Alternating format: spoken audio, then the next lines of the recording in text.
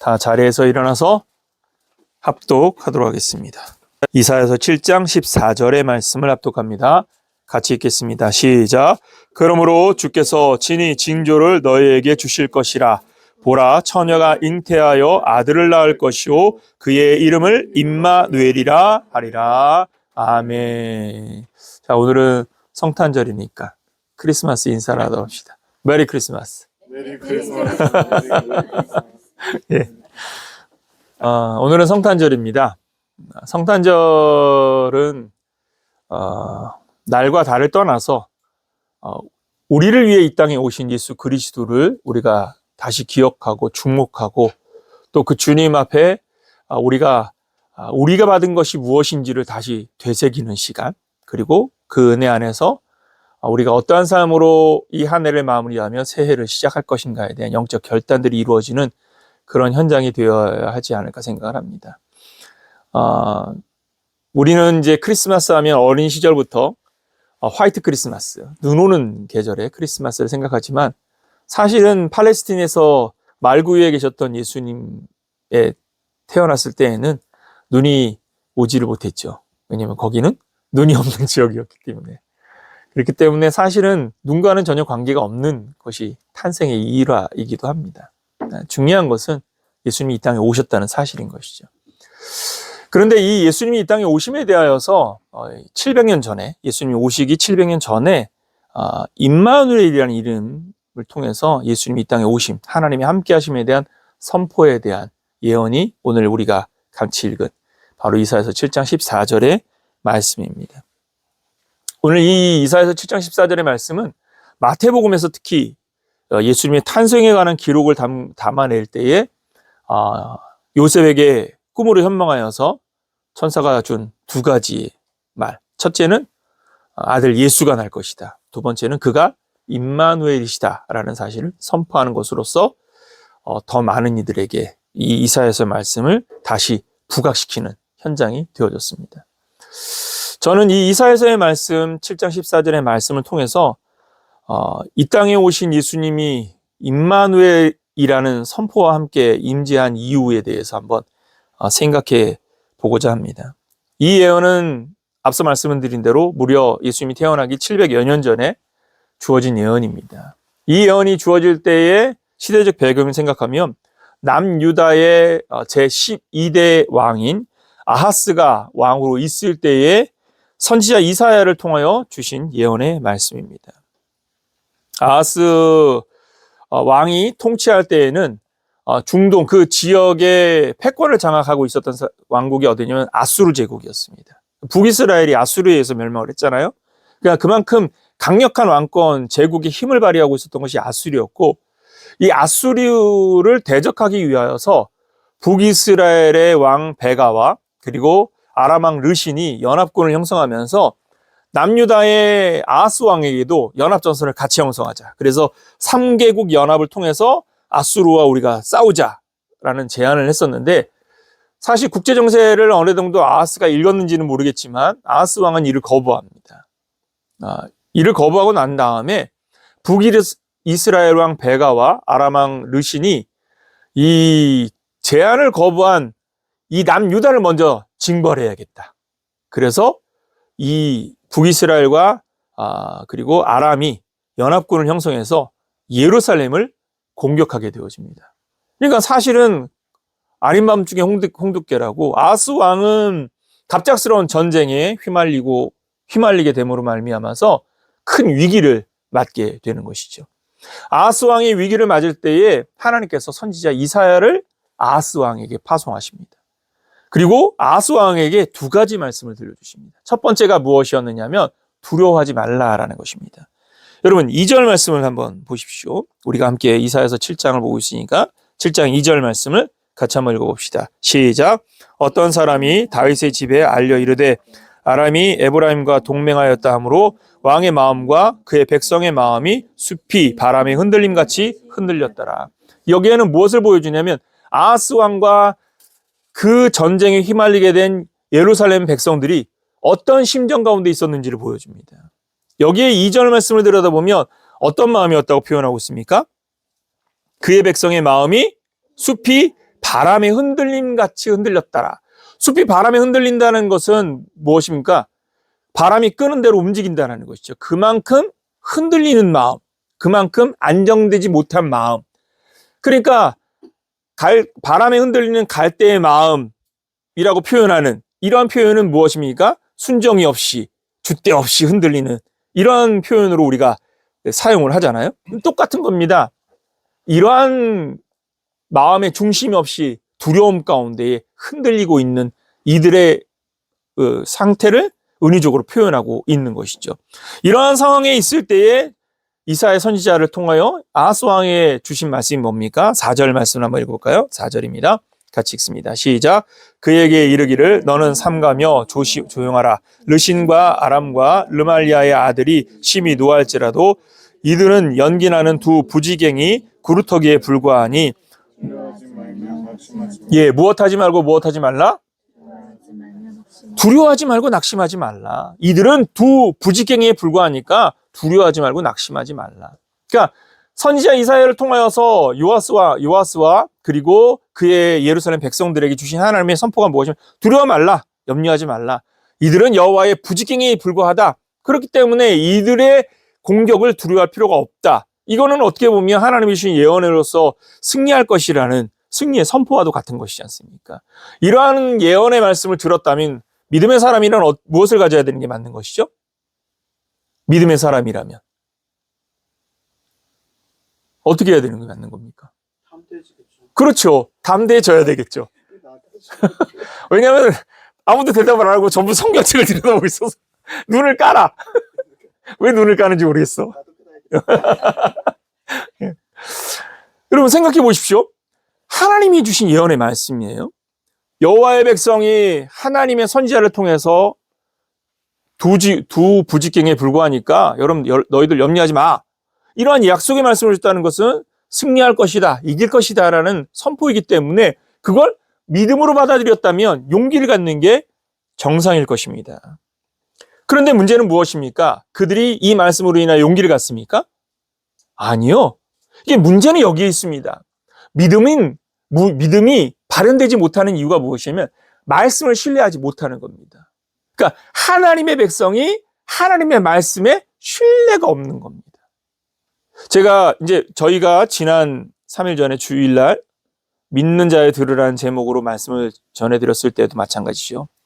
결국은 믿는 자에 대해서 주님께서 말씀하시되 믿는 자는 어떤 사람인 겁니까? 말씀 안에 거하는 사람. 믿는 자는 어떤 사람입니까? 진리를 아는 사람.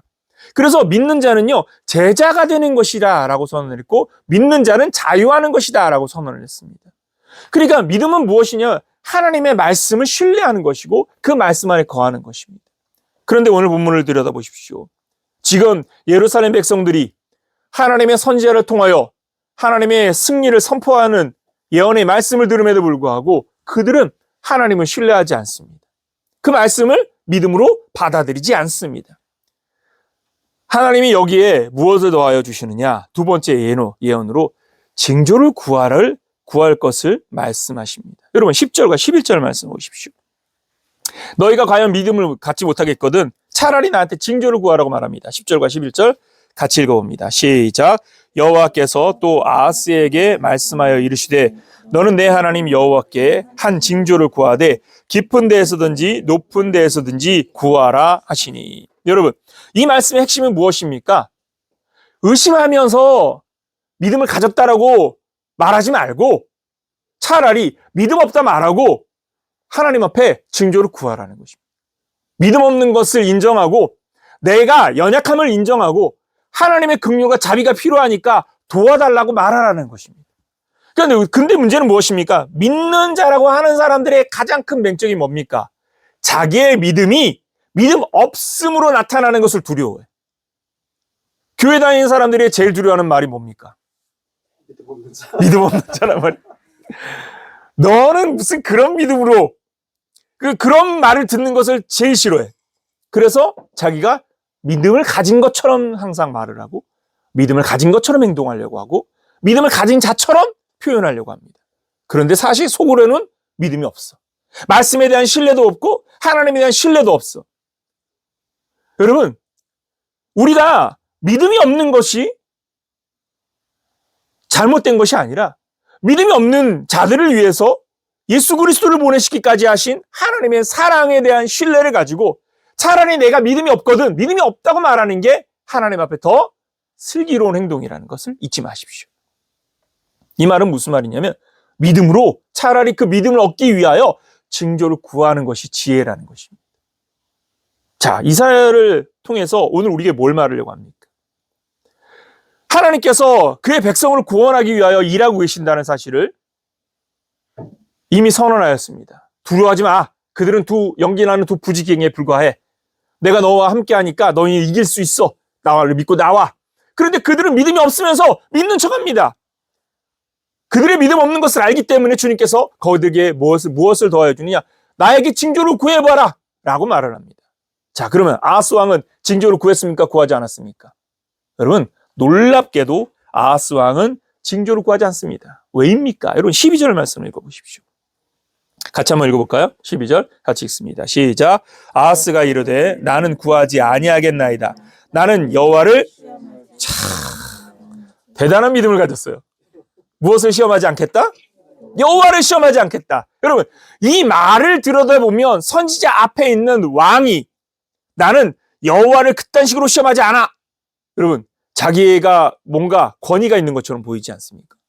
나는 영적 힘이 있고 나는 이미 하나님에 대한 신뢰와 믿음을 갖고 있기 때문에 나는 그런 걸로 여호와를 시험하지 않아. 여러분 이게 바로 미련한 자의 말이에요. 우리가 잊지 말아야 될 것은 무엇이냐면 앞서도 말씀드렸듯이 믿음은 구하는 것입니다. 여러분 믿음은 구하는 것이라는 사실을 잊지 말기를 예수님의 이름으로 축원합니다. 왜입니까? 왜 믿음이 구하는 것일까요?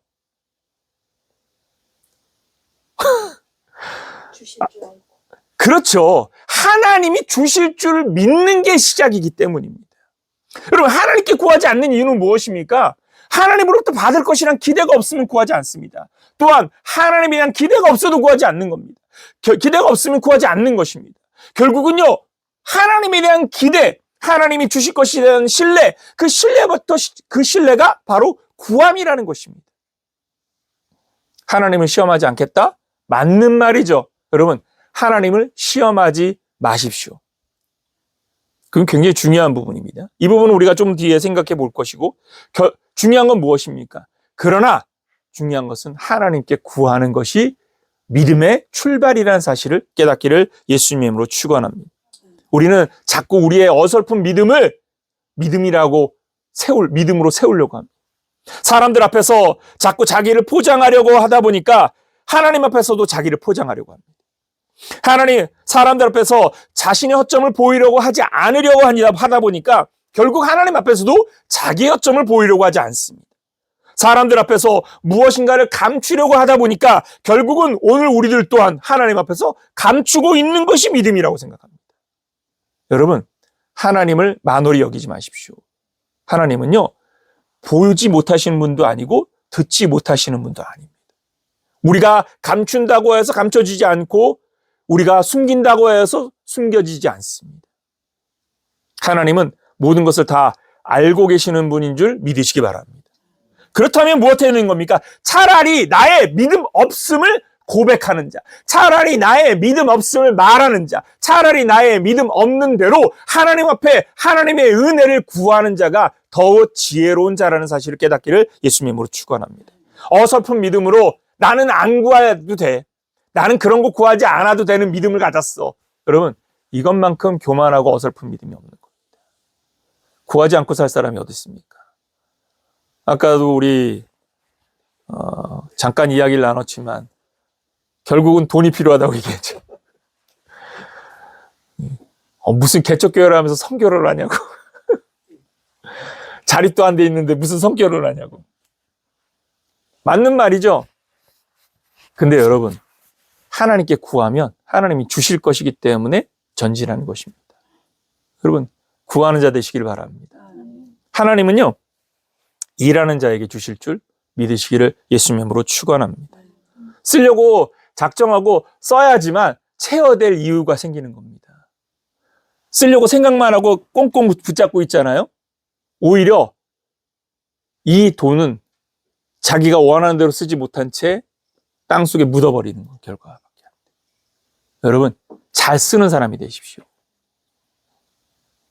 여러분들이 재산을 축적한들 그 돈이 얼마나 여러분들의 인생에서 여러분들의 삶을 지탱시켜 주겠습니까?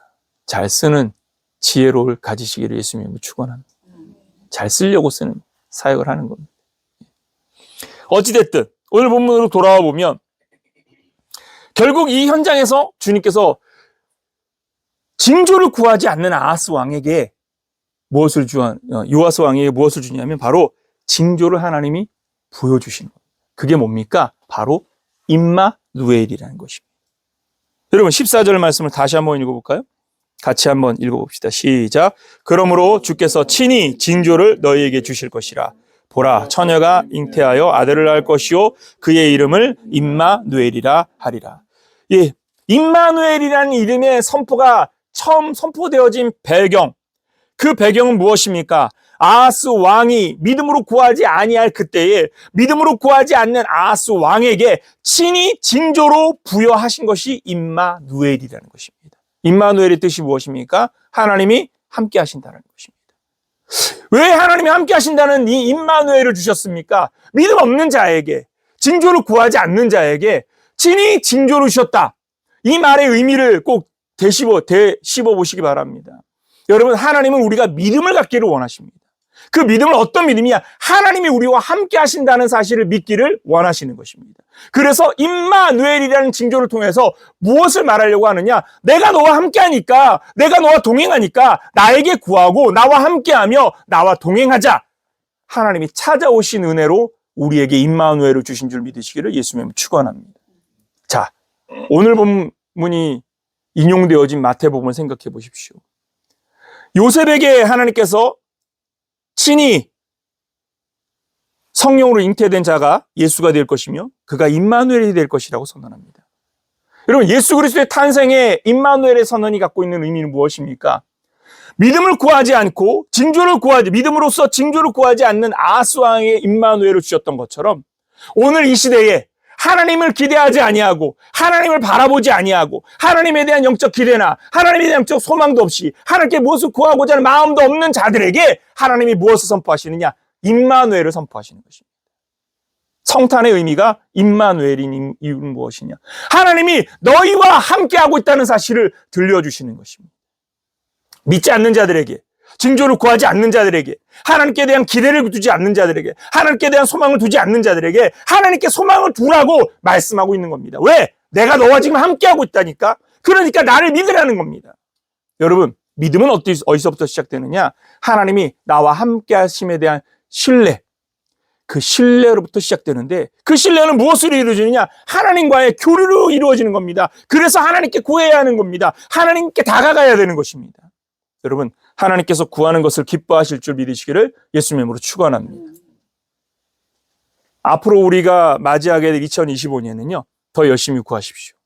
하나님의 징조, 하나님의 뜻을 구하며 하나님께 나아가는 여러분들 되기를 예수님으로 축원합니다.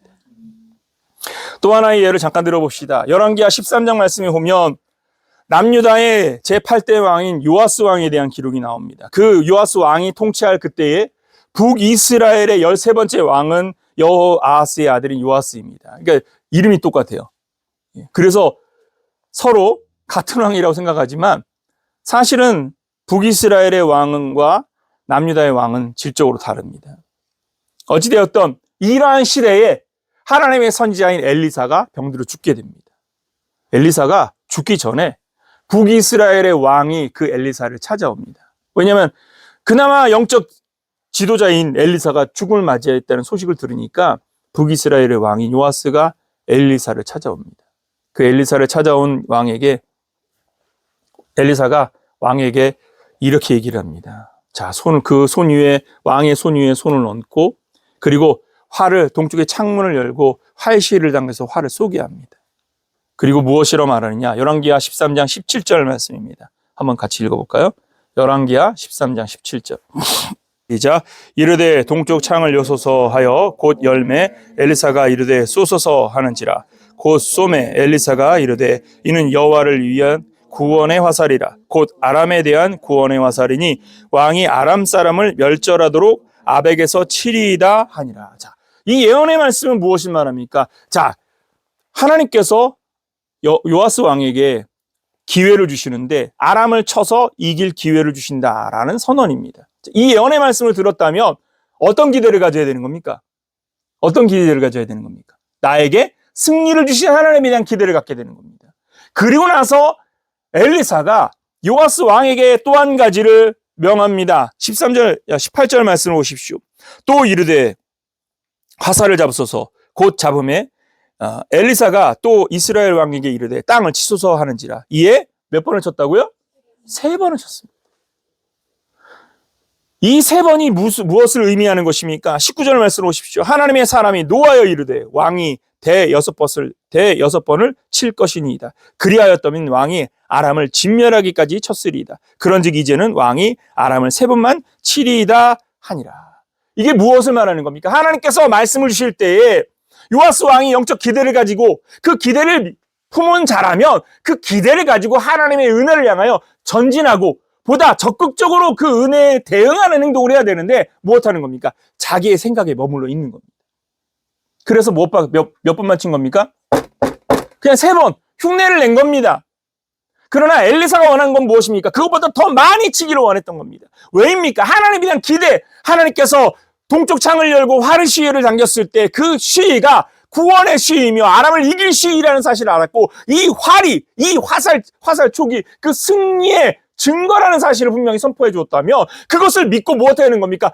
그 징조를 믿고 행동해야 되는데 한 거죠? 그 징조를 믿지 않고 있는 거예요. 여러분, 이 말씀들은 우리에게 지금 무엇을 말합니까? 우리가 믿음을 말하지만 우리의 믿음은 자꾸 우리의 머릿속에 담겨져 있는 이성적인 계산 속에서만 머물러 있는 믿음인 겁니다. 내가 생각하는 생각의 한계 속에서, 내가 제안하는 세계의 제한 속에서 그 제한의 범위 안에 하나님은 더 이상 그 범위를 넘어서지 못한다는 생각을 하고 있습니다. 여러분, 하나님은 그 생각의 범위를 넘어서 계시는 분이라는 사실 잊지 마십시오. 하나님은요, 더 큰 계획을 이루시고 원대한 역사를 이루실 때 모든 것들을 합력하여 선을 이루시는 하나님이라는 사실을 믿으시기를 예수님의 이름으로 축원합니다. 제가 지난번에도 한번 말씀을 드렸지만 제가 이번에 필리핀에 선교 준비를 위해서 방문했을 때 정말 놀라웠던 건 무엇이냐면 각자 다른 세계에서 필리핀이라는 문화에서 한국이라는 문화에서 서로 다른 삶을 살았습니다. 서로 다른 환경 속에서 다른 삶을 살았는데 몇 년 만에 만났을 때의 그 만남 속에서 무엇을 보냐? 바로 이 날을 하나님이 준비하셨구나라는 사실을 서로 알게 하셨습니다. 하나님의 역사는 무엇과 같으냐 하면 우리가 바라보고 있는 시선에 머물러 있지 않습니다. 하나님은 모든 것을, 세계의 모든 만물을 통치하고 다스리시는 하나님이라는 사실을 잊지 말기를 예수님의 이름으로 축원합니다. 내가 계획한 것 이상의 것들을 예비하고 계시다는 사실을 잊지 말기를 예수님의 이름으로 축원합니다. 그러므로 우리가 가져야 될 건 무엇이냐? 하나님 앞에 믿음으로 나아서는 것입니다. 믿음은 무엇이냐? 구하는 것입니다. 구함이 왜 믿음이 되는 것입니까? 그것이 바로 임마누엘의 하나님과 함께하는 것이기 때문에 하나님이 함께하심을, 하나님이 동행하심을 보십시오.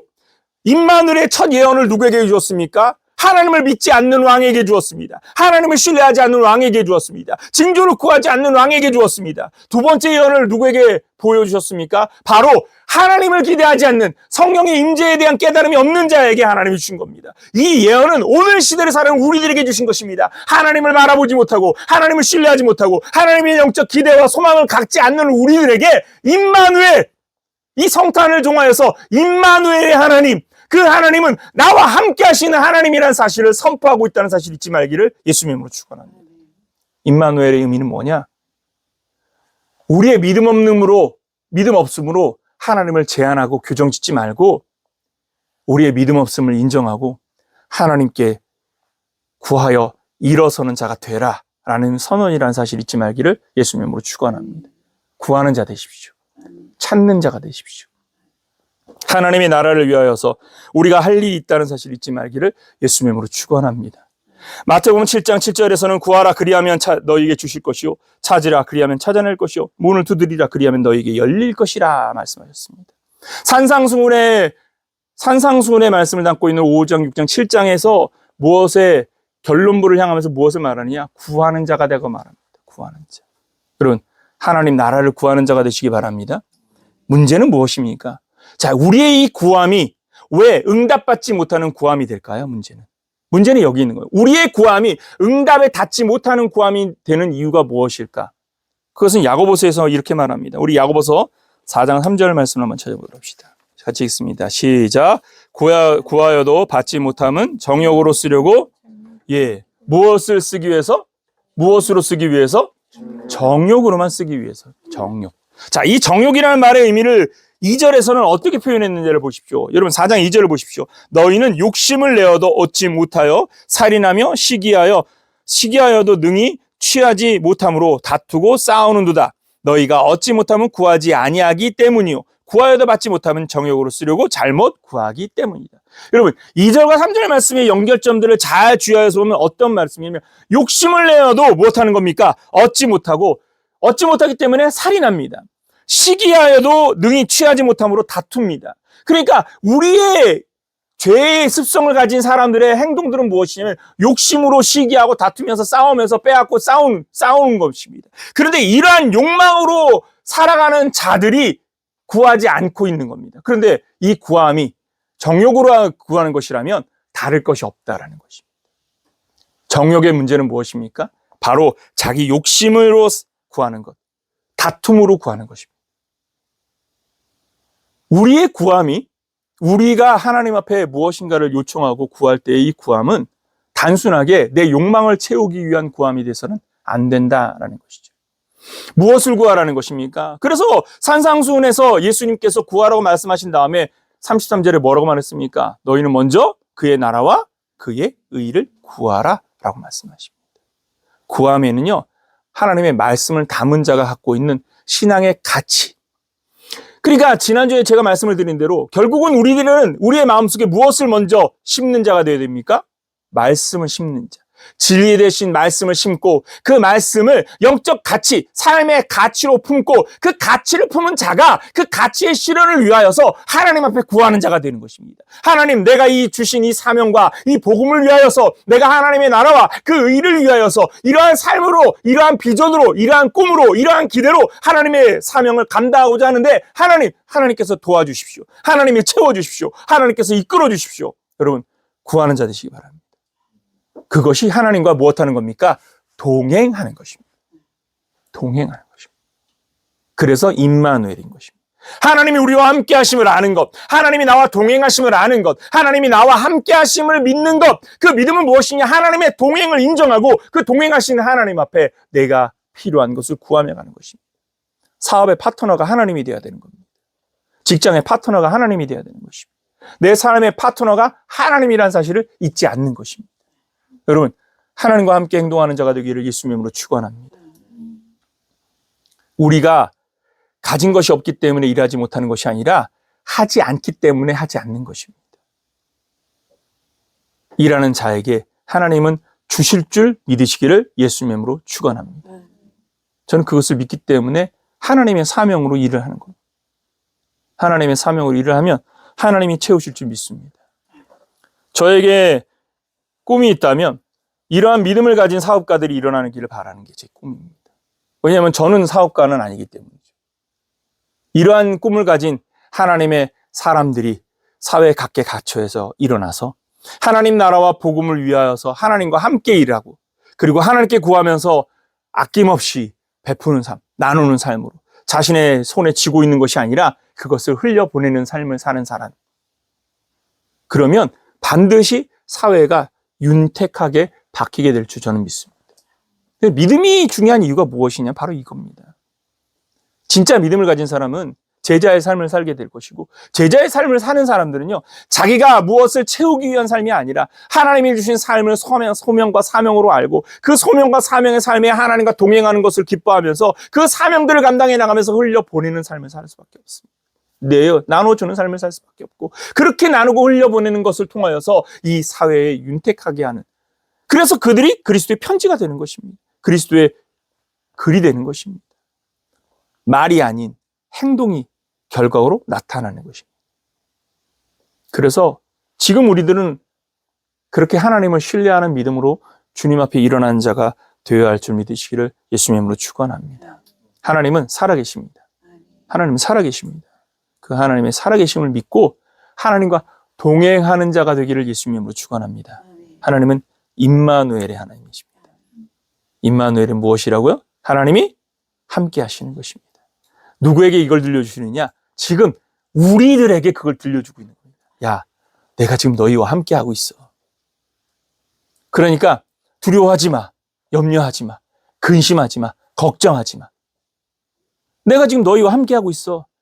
나를 신뢰하고 나에게 묻고 나에게 징조를 구해, 나에게 필요를 구해, 나의 도움을 구해.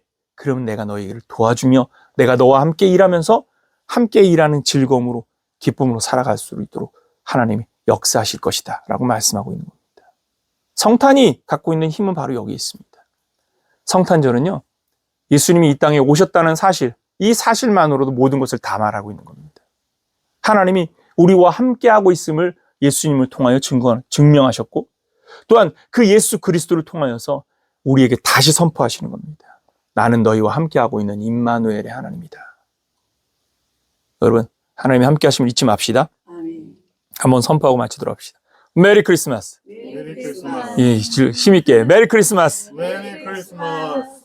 임마누엘의 하나님이 임마누엘의 하나님이 나와 함께 하신다. 나와 함께 하신다. 우리와 함께 하십니다. 우리와 함께 하십니다. 여러분, 우리와 함께 하십니다. 아멘. 기도하겠습니다.